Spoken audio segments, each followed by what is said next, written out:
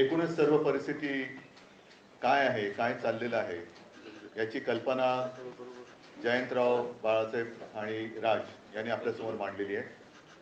एक गोष्ट मी आवर्जून सांगेन, एकूणच लोकशाहीसाठी, तिच्या रक्षणासाठी महाराष्ट्रातले सर्व राजकीय पक्ष एकत्र आलेले आहेत.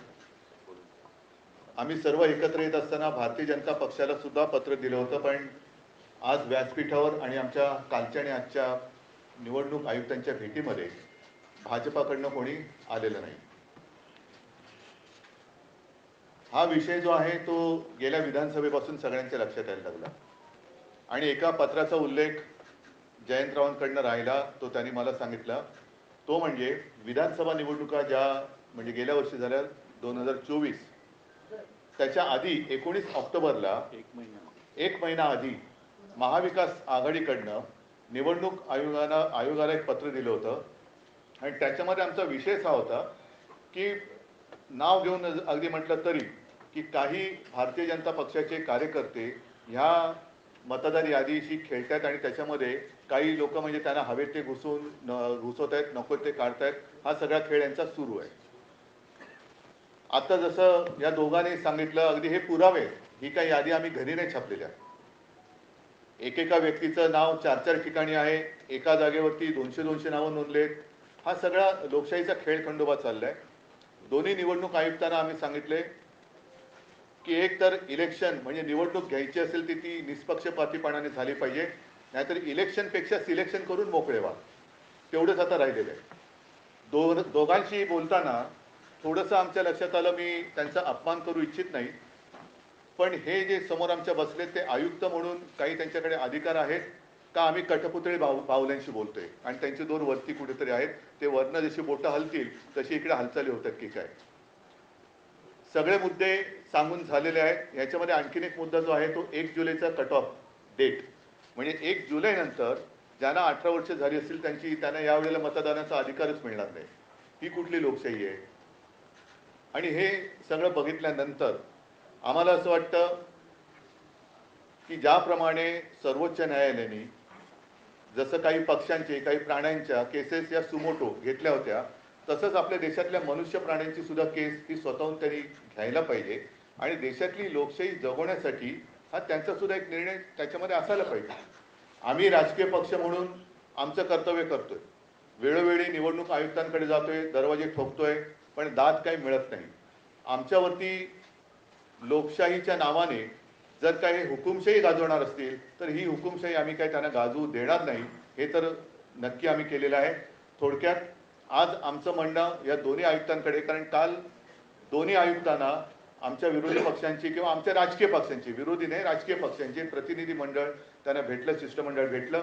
त्याच्यात आम्ही केंद्राचे जे निवडणूक आयुक्त इकडे आहेत प्रतिनिधी त्यांना भेटलो. त्यांनी सांगितले की स्थानिक स्वराज्य संस्था आणि हा सगळा विषय हा राज्य निवडणूक आयुक्ताकडे येतोय. त्यांच्याकडे भेटलं आमचं दुसरं, त्यांनी सांगितलं मतदार यादीचा अधिकार हा केंद्राच्याकडे येतोय. मग नेमका याचा बाप कोण आहे, जबाबदारी कोणाची आहे, का निवडणुका आपल्या घ्यायच्या म्हणून घ्यायच्या आहेत. आणि आम्ही त्यांच्याशी बोलत असताना मुहूर्त काय लागला त्यांनी कळत नाही, पण कालच्या काल निवडणुकांचा कार्यक्रम जाहीर केला. आम्ही त्यांना स्पष्ट शब्दात सांगितलेलं आहे की जोपर्यंत हा संपूर्ण निवडणूक मतदार यादीतला घोळ तुम्ही त्याच्यावरती काही स्पष्टीकरण किंवा तो सुधारत नाही, तोपर्यंत या निवडणुका होता कामा नयेत. सुप्रीम कोर्टाचा त्यांनी आदेश आम्हाला दाखवण्याचा प्रयत्न केला, पण सुप्रीम कोर्ट असं कधी कुठेही सांगत नाही की तुमच्यात काही दोष असले तरी चालतील, पण ह्या तारखेच्या आधी निवडणुका घेतल्याच पाहिजे. हा सर्वोच्च न्यायालयाचा काही तसा निर्णय नाही. त्यांनी सांगितले की या निवडणुका सदोष असता कामा नयेत आणि निष्पक्षपातीपणाने ते झाले पाहिजेत. आता या सगळ्या गोष्टी झाल्यानंतर दोन्ही आयुक्त समोर बाजूबाजूला होते. आम्हाला त्यांनी सांगितले की आम्ही याचा सकारात्मक विचार करतो आहोत. म्हटलं विचार करून चालणार नाही, या गोष्टी होता कामा नयेत. या गोष्टी होता कामा नयेत, कारण आपल्याला जो काही धक्का बसला होता विधानसभा निवडणुकीच्या निकालानंतर, त्या सगळ्या सत्ताधारी जे आता आहेत त्यांच्या सत्ता प्राप्तीच्या चोरवाटा आम्ही आता अडवलेल्या आहेत. या चोरवाटा आहेत. मतचोरी ही चोरवाट आहे, पक्षचोरी ही चोरवाट आहे. त्याच्यानंतर आणखीन एक मुद्दा आम्ही सांगितला, पण तो त्याचा पुढचा टप्पा आहे. पहिली मतदारांची यादी ही निर्दोष असायला पाहिजे, व्यवस्थित असायला पाहिजे. म्हणजे 117 वर्ष आणखीन 124 वर्ष असे जर का लंबी उमरवाले मतदार असतील तर मला वाटतं जगातलं सगळ्यात चांगलं वातावरण, हवामान हे आपल्या देशात आहे. कारण इकडे लंबी आयु, दीर्घायुष्य भव म्हणतात ना, तसं झालेलं आहे. थोडक्यात एक तर निवडणूक आयोगाने एक स्वीकारलं पाहिजे की त्यांचा पुनर्जन्मावरती तरी विश्वास असला पाहिजे, आणि नाही तर जे मतदार हयात आहेत आणि त्यांचा मतदाराचा अधिकार हा हिरावून घेतलाय, डिलीट केलेला आहे, मग त्यांच्यावरती सदोष मतवधाचा गुन्हा दाखल करावा का? आणि पुढचा विषय जो आम्ही सांगितलाय तो याच्या पुढचा येईल, तो म्हणजे आता पहिला ईव्हीएम वरती आमचा आक्षेप आहेच. ईव्हीएमचा आक्षेप कमी पडतोय की काय, म्हणून आता मुंबई महापालिकांच्या निवडणुका सुद्धा ईव्हीएम वरती तर घेतल्या जातच आहेत, पण व्हीव्हीपॅट पण त्याच्यात ठेवणार नाही. हाही मुद्दा एक महत्वाचा आहे. म्हणजे तुम्ही काही पुरावेच ठेवायचे नाही. जर का तिथलं व्हिडिओ रेकॉर्डिंग मागितलं तर व्हिडिओ रेकॉर्डिंग द्यायचं नाही. मतदार यादीमध्ये सगळा गोंधळ करून ठेवायचा. मतदार याद्या मागितल्या तर ते देत नाहीत. आणि म्हणून म्हटलं की ही काही लोकशाही तुम्ही हुकुमशाहीच्या पद्धतीने चालवत असेल तर ती आम्ही कदापि मान्य करणार नाही.